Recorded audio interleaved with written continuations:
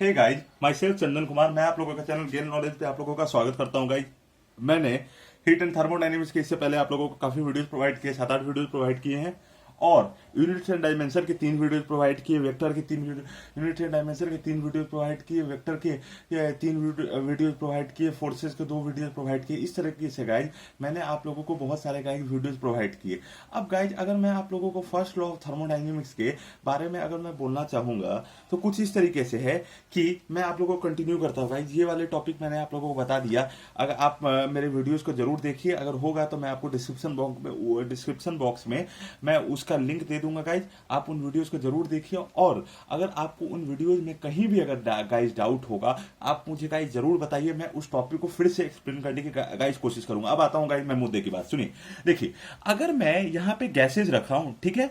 अब गैसेज में अगर मैं डेल्टा क्यू मैंने अगर हीट सप्लाई किया तो इस पे गाइज मैंने क्या कहा था, इस पे गाइज मैंने फोर्स या प्रेशर अप्लाई किया था, ठीक है। जैसे ही गाइज इस पे मैंने फोर्स या प्रेशर अप्लाई किया तो इसके क्या होगा, गैसेस ये नीचे जाएगा, नीचे जाएगा मतलब ये कॉम्प्रेस होना शुरू होगा, कॉम्प्रेस होना शुरू हो गया तो उनके पार्टिकल्स, गैसेस के पार्टिकल्स करीब आना शुरू हुए होंगे। तो जैसे ही गैसेस पार्टिकल्स करीब आना शुरू होंगे उनके बीच में कोलिजन स्टार्ट हो गया होगा। कोलिजन जैसे ही गाइज स्टार्ट हुआ होगा उनका इंटरनल एनर्जी या ओवरऑल काइनेटिक एनर्जी इंक्रीज हुआ होगा, और जैसे ही उनका इंटरनल एनर्जी या फिर ओवरऑल काइनेटिक एनर्जी इंक्रीज हुआ होगा तो ये पार्टिकल्स क्या हुए होंगे, अपना ओवरऑल काइनेटिक या ओवरऑल इंटरनल एनर्जी अगले पार्टिकल्स को या अगले जो थर्मोडायनेमिक वाल है उसको ट्रांसफर करना चाहेंगे। जैसे ही उसका थर्मोडायनेमिक वाल है उसको गाइस अगर ट्रांसफर करना चाहेंगे तो उनकी वजह से जो डिस्प्लेसमेंट हुआ होगा डीएक्स, तो ये work done by the gas हुआ होगा। क्या हुआ होगा गाइस, ये हुआ होगा work done by the gas. तो कुछ इस तरीके से work done by the gas हुआ होगा। तो कुछ इस तरीके से गाइस मैंने आपको एक्सप्लेन किया work done by the gas. तो कुछ इस तरीके से गाइस मैंने आपको एक्सप्लेन किया फर्स्ट लॉ ऑफ थर्मोडायनेमिक्स। अब गाइस देखिए, जब अगर आप लोग का फर्स्ट लॉ ऑफ थर्मोडायनेमिक्स ये जब मैं बता दिया तो जब मैं अब मैं आपको अगले कॉन्सेप्ट की तरफ, फर्स्ट लॉ ऑफ थर्मोडायनेमिक्स में अब आपको मैं अगले कॉन्सेप्ट की तरफ अगर ले चलूं, देखिए गाइस मान लीजिए यहाँ पे क्या हुआ, डेल्टा क्यू मैंने हीट सप्लाई किया। हीट सप्लाई किया मतलब heat is given to the heat is given to the system. अब देखिए गाइज ये हुआ कि जैसे वाल्व में बीकर लगा के मैंने heat is given to the system. अब गाइज क्या हुआ, मैं अगले कॉन्सेप्ट की तरफ अगर ले चलूं, मान लीजिए गाइज इसी को अगर थोड़ा सा मैं और एक्सपेंड करूं, यहां पे गैसेस ये है। अब क्या हुआ गाइज, अब क्या हुआ यहां पे, ठीक है, यहां पे मैंने एक वाल्व लगा दिया। अब क्या हुआ, जहां पे हीट सप्लाई हुआ था, अब मान लीजिए सिस्टम के द्वारा हीट क्या हुआ, डेल्टा क्यू मान लीजिए गाइज हीट रिजेक्ट हुआ।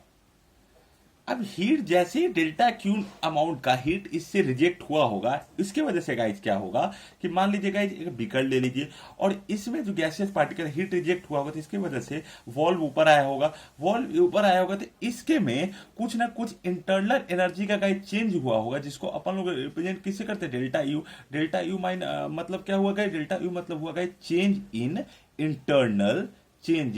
Internal energy.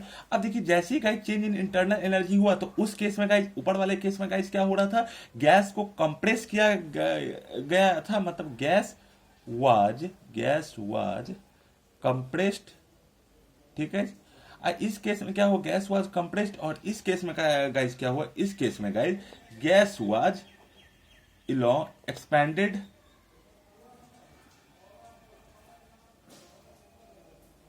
ठीक है। क्या हुआ, एक बीकर लिए, बीकर में क्या हुआ, पिस्टन लगा दिया। बीकर में जैसे ही पिस्टन लगा दिया तो डेल्टा क्यू हीट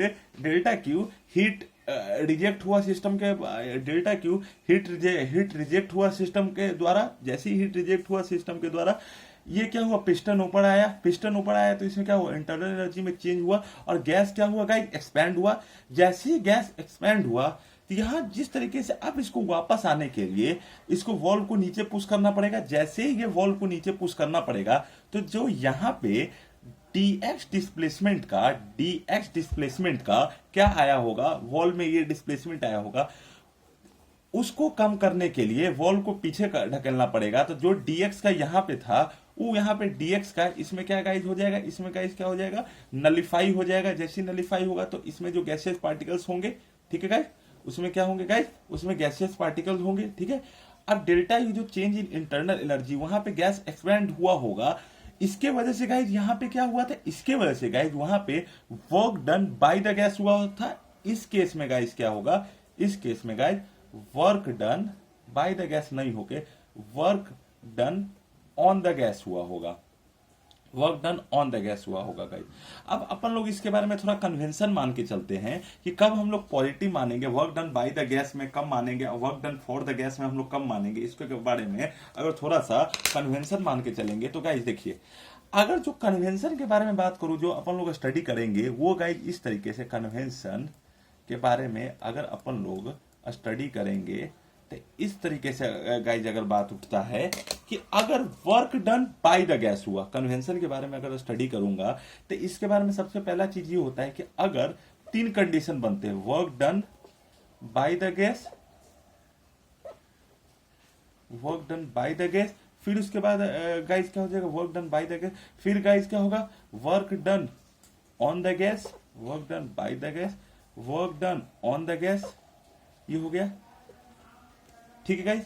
अब देखिए गाइज इसमें क्या होगा, उसके बाद अपन लोग क्या मानेंगे, heat rejected by the system, heat rejected by the system, heat rejected by the system, और ये क्या है guys, heat supplied to the system, heat rejected by the system, और गाइज क्या, heat supplied to the system.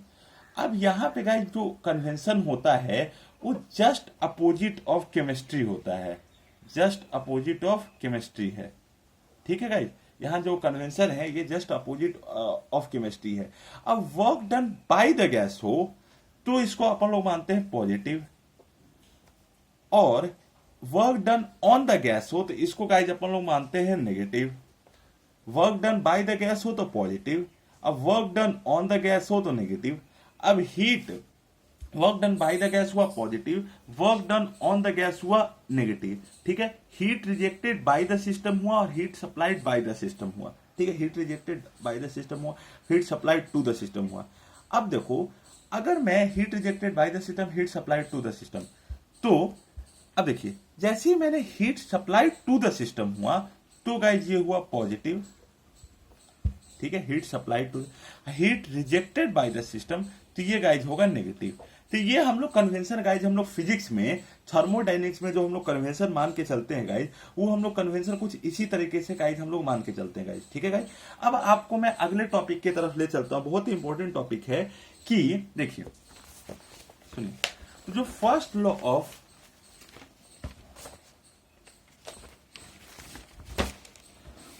Law of thermodynamics का guys, अब मुझे ये लिखना होगा, फर्स्ट लॉ ऑफ थर्मोडायनेमिक्स का स्टेटमेंट लिखना होगा। तो गाइज क्या हो जाएगा, इसका स्टेटमेंट अगर मुझे इक्वेशन लिखना होगा तो गाइज क्या हो जाएगा, डेल्टा यू क्या होगा, डेल्टा यू मतलब जो change in internal energy of the जो सिस्टम होगा, change in internal energy of the system होगा, वो वास्तव में क्या है गाइज, वो वास्तव में है जो heat supplied to the system minus heat supplied to the system minus work done by the system और work done on the system, heat supplied to the system और heat rejected by the system. So delta U equal to delta Q minus delta W, ये guys expression होता है। फिर से सुनिए guys, मैंने क्या कहा, डेल्टा यू जो change in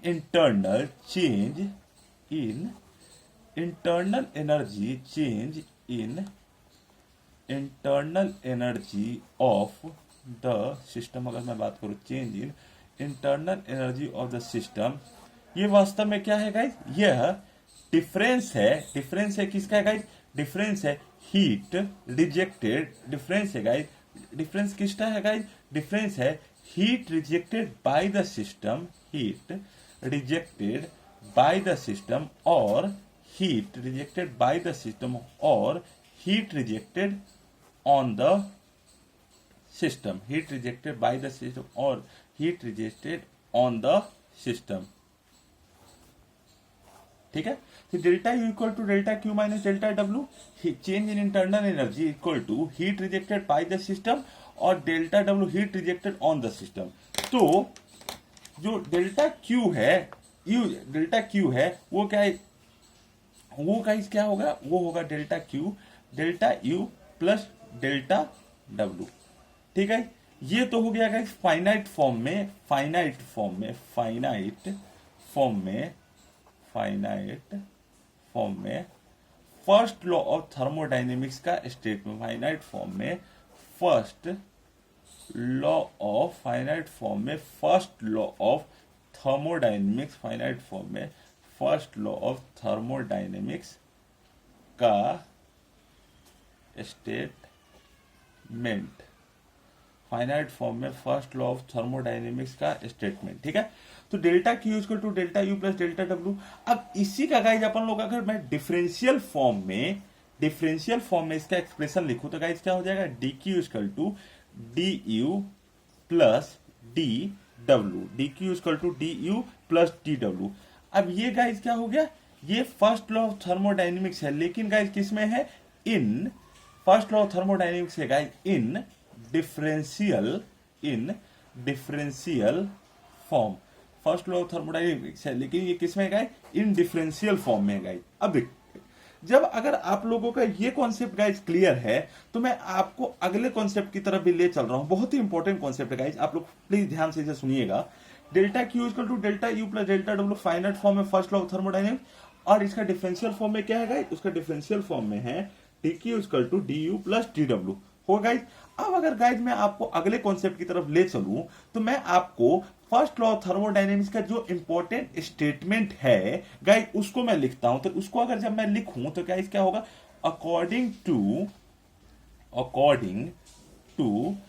first law of, according to first law of thermodynamics, according to first law of thermodynamics, it states that net change in, it states that net change in,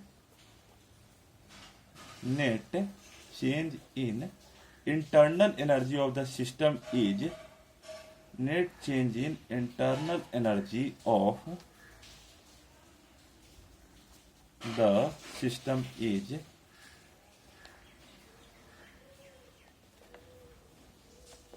difference of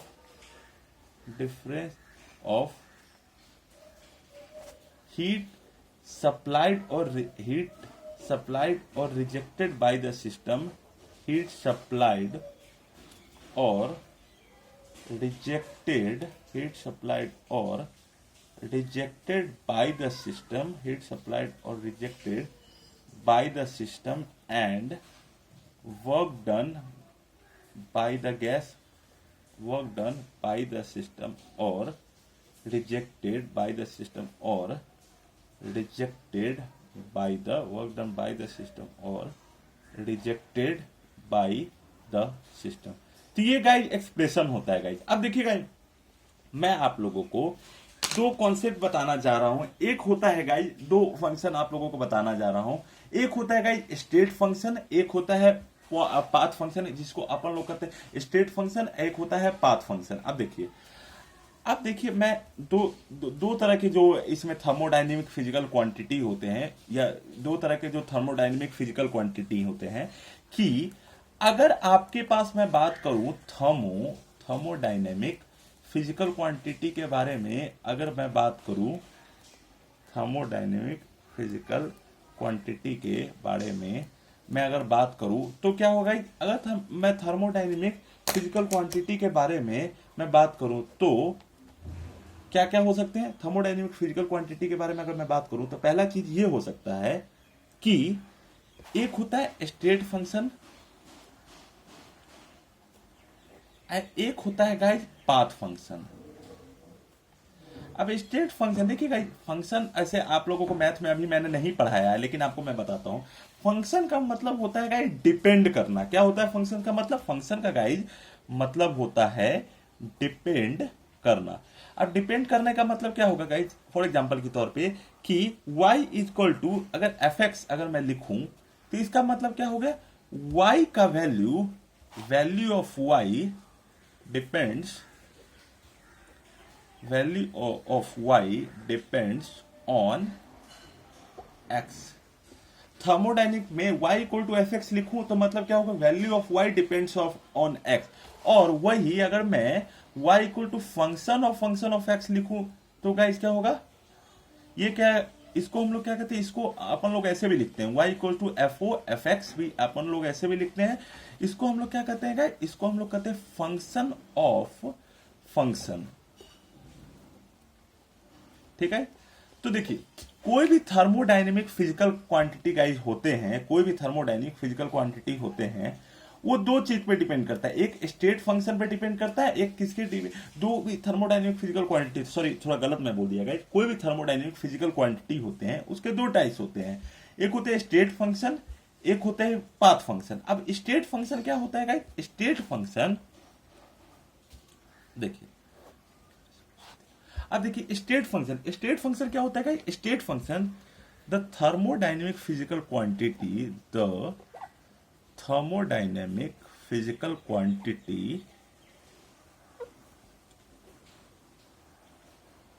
the thermodynamic physical quantity which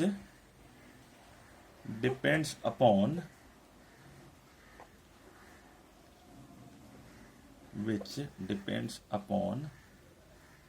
the thermodynamic physical quantity which depends upon only initial and final. और dialogue आपने पढ़ा, बुरा मान जाएगी, don't depends upon initial and final point, not on the path it takes, not on the path it takes. ठीक है, तो thermodynamic physical quantity के बारे में गाइस क्या बोला, थर्मोडायनेमिक फिजिकल क्वांटिटी के बारे में गाइस मैंने आपको बोला एक ऐसा फिजिकल क्वांटिटी जो कि इनिशियल पॉइंट और फाइनल पॉइंट पे ही कवर करे, एक ऐसा फिजिकल क्वांटिटी जो कि इनिशियल क्वांटिटी और फाइनल क्वांटिटी, इनिशियल पॉइंट और फाइनल पॉइंट पे ही डिपेंड करे, न कि जो उसके द्वारा पाथ कवर होता है, जो कि न कि उसके द्वारा जो पाथ कवर होता है उस पर डिपेंड करे, उसको अपन लोग कहते हैं, उसको क्या कहते हैं, स्टेट फंक्शन। अब गाइस होता है पाथ फंक्शन। देखिए पाथ फंक्शन क्या होता है, एक ऐसा थर्मोडायनेमिक फिजिकल क्वांटिटी जो कि एक ऐसा thermodynamic physical quantity which thermodynamic physical quantity which depends upon the path by which depends upon the path by which यहां मैं लिख देता हूं, we take from initial to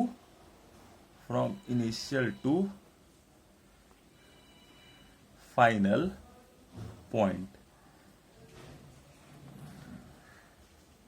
from initial to final point, उसको हम लोग क्या कहते हैं, path function. Guys path function किसको कहते हैं, एक ऐसा थर्मोडायनेमिक फिजिकल क्वांटिटी जो कि किस में डिपेंड करे, जो कि इनिशियल पॉइंट से लेकर फाइनल पॉइंट कैसे गए हैं, इनिशियल पॉइंट से लेकर फाइनल पॉइंट कैसे गए, जो पाथ ट्रेवल कर रहे हैं, तो अलग अलग पाथ पे उसका वैल्यू अलग अलग आएगा, उसको हम लोग कहते हैं पाथ फंक्शन। और एक ऐसा थर्मोडायनेमिक फिजिकल क्वांटिटी जो कि पाथ पे डिपेंड न करते हुए सिर्फ इनिशियल और फाइनल पॉइंट पे डिपेंड करे, उसको हम लोग क्या कहते हैं, उसको हम लोग ये कहते हैं, उसको हम लोग कहते हैं स्टेट फंक्शन कहते हैं। अब स्टेट फंक्शन का मैं थोड़ा सा और क्राइटेरिया आपको लिखूंगा गाइस, देखिए हाँ देखिए स्टेट फंक्शन के स्टेट फंक्शन के बारे में गाइस थोड़ा सा मैं लिखूंगा। तो देखिए इसमें आपका जो कॉन्सेप्ट है, जो कि बहुत इंपॉर्टेंट कॉन्सेप्ट है, आप लोगों को बिल्कुल समझ में आना चाहिए कि जो स्टेट फंक्शन, कोई भी क्वांटिटी स्टेट फंक्शन गाइस तब कहलाता है, कोई भी क्वांटिटी स्टेट फंक्शन तब कहलाता है जब वो दो प्रॉपर्टी को फॉलो करता है। तो मैं लिख भी देता हूं guys, any physical quantity which physical quantity will set to be state function, या एनी फिजिकल क्वांटिटी ना बोलते हो, थोड़ा सा मैं और चेंज करूंगा guys, any thermodynamic physical quantity will set to be state function, any thermodynamic physical quantity is said to be a state function when it follows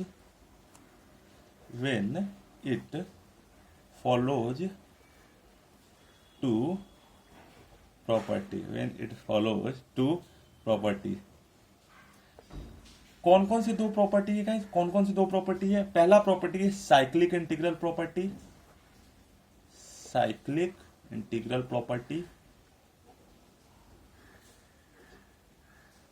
और दूसरा है guys Euler's reciprocity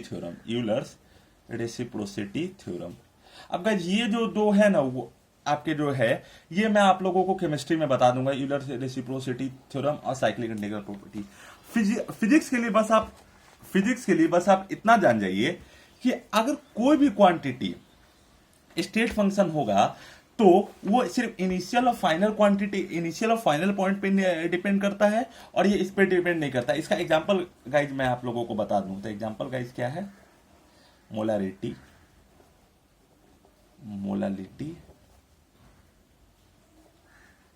mole fraction, density, मोल, नहीं एक second, हाँ नहीं गलत थोड़ा हो गया। तो फिजिक्स के लिए गाइज बस ये जान जाइए, एक ऐसा फिजिकल क्वांटिटी स्टेट फंक्शन कहलाएगा जब वो क्या प्रॉपर्टी फॉलो करता हो, जब वो दो प्रॉपर्टी फॉलो करता हो, साइक्लिक इंटीग्रल प्रॉपर्टी, ठीक है, साइक्लिक इंटीग्रल प्रॉपर्टी और यूलर्स रेसिप्रोसिटी थ्योरम ये फॉलो करता है, तो उसको हम लोग स्टेट फंक्शन कहते हैं। अब एक चीज जो आपके लिए बहुत इंपॉर्टेंट कॉन्सेप्ट है वो क्या है? Path function. देखिए, अगर कोई थर्मोडायनेमिक फिजिकल क्वांटिटी अगर पाथ फंक्शन होगा, मैं फिर अगला पॉइंट की तरफ ले चलूं, कोई भी thermodynamic physical quantity path function होगा तो वो तब पाथ फंक्शन कहलाएगा जब वो पहला तो चीज वो पाथ पे डिपेंड करे, वो इनिशियल और फाइनल पॉइंट पे डिपेंड नहीं करे। साथ ही साथ अगर कोई फिजिकल क्वांटिटी पाथ फंक्शन है तो उसको हम लोग चेंज के फॉर्म में कभी रिप्रेजेंट नहीं कर सकते, डेल्टा क्यू, डेल्टा डब्ल्यू, इस तरह के फॉर्म में हम लोग इसे रिप्रेजेंट नहीं कर सकते। क्यों? क्योंकि अगर ये हो सकता है delta Q change in heat supply हुआ होगा, डेल्टा डब्ल्यू हीट सप्लाई हुआ होगा, तो जरूरी नहीं है कि डेल्टा क्यू हीट सप्लाई हुआ तो क्या हो, वो इनिशियल पॉइंट से लेकर वो फाइनल पॉइंट तक अगर वो पहुंचा हो, फिर से सुनिएगा, अगर वो इनिशियल पॉइंट से लेकर फाइनल पॉइंट के लिए पहुंचा हो तो हो सकता है कि वो इनिशियल पॉइंट से फाइनल पॉइंट की तरफ पहुंचा हो, तो हो सकता है वो क्या करे, वह पाथ पे डिपेंड करे, तो हो सकता है अलग अलग पाथ को फॉलो करके पहुंचा होगा। तो डायरेक्ट हम लोग S final minus S initial, जैसे अपन लोग कोई भी चीज को, जैसे डेल्टा टी होता है, इसको अपन लोग लिख देते हैं T final minus T initial. Delta Q या डेल्टा डब्ल्यू को हम लोग इस फॉर्म में रिप्रेजेंट नहीं कर सकते। मतलब डेल्टा क्यू को अपन लोग Q final minus Q initial नहीं लिख सकते, क्योंकि यह क्यू इनिशियल से लेकर जब क्यू फाइनल तक पहुंचेगा, जब क्यू इनिशियल से लेकर क्यू फाइनल तक पहुंचेगा, तो क्यू इनिशियल से लेकर जब क्यू फाइनल तक पहुंचेगा, तो हो सकता है यह अलग अलग पाथ को फॉलो करते हुए पहुंचा हो। क्या हो सकता है? हो सकता है यह अलग अलग पाथ को फॉलो करते हुए पहुंचा हो। और जैसे जब मैं कह रहा हूं यह अलग अलग पाथ को फॉलो करके पहुंचा हुआ होगा, यह अलग अलग पाथ को फॉलो करते हुए पहुंचा होगा, और उसमें डेल्टा क्यू चेंज आया, तो इसको हम लोग Q final minus Q initial नहीं लिख सकते हैं। सिमिलरली डेल्टा डब्ल्यू को भी अपन लोग W final minus W initial नहीं लिख सकते, क्योंकि जो work net change in work done होगा वो हो सकता है कि अलग अलग मेथड से किया गया हो, और जैसे अगर मैं अलग अलग मेथड के बारे में अपन लोग स्टडी करेंगे तो उसका वैल्यू भी अलग आएगा, तो हम लोग ऐसे नहीं लिख सकते। तो इसके बारे में ये पॉइंट मैं मेंशन करने जा रहा हूं, क्या मेंशन करने जा रहा हूं पाथ फंक्शन के बारे में। It doesn't can be represented in form of, it doesn't can be represented in, it doesn't can be represented in form of, in, it doesn't can be represented in form of final point and initial point, because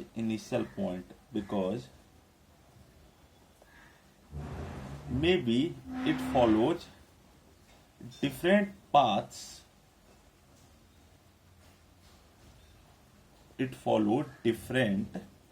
maybe it follows different path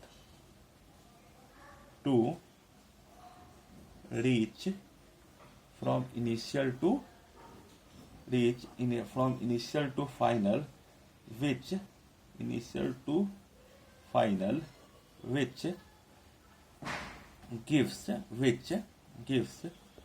different value in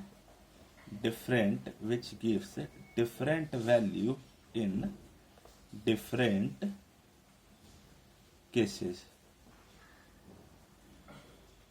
तो ये guys मैंने आप लोगों को point बताया, which gives different value in different cases. अब guys अगर मैं आप लोगों का जब ये कॉन्सेप्ट क्लियर है तो मैं ये वीडियो यहीं तक एंड कर रहा हूं गाइज। अगर आपको इस चैनल में, अगर आपको इस वीडियो में कोई भी डाउट होगा आप कमेंट बॉक्स में लिखिए, आपका इसको लाइक कीजिए, आपके लाइक ही मुझे मोटिवेट करते हैं कि और मैं वीडियोज बनाऊं। Thank you very much for giving your valuable time. Thank you.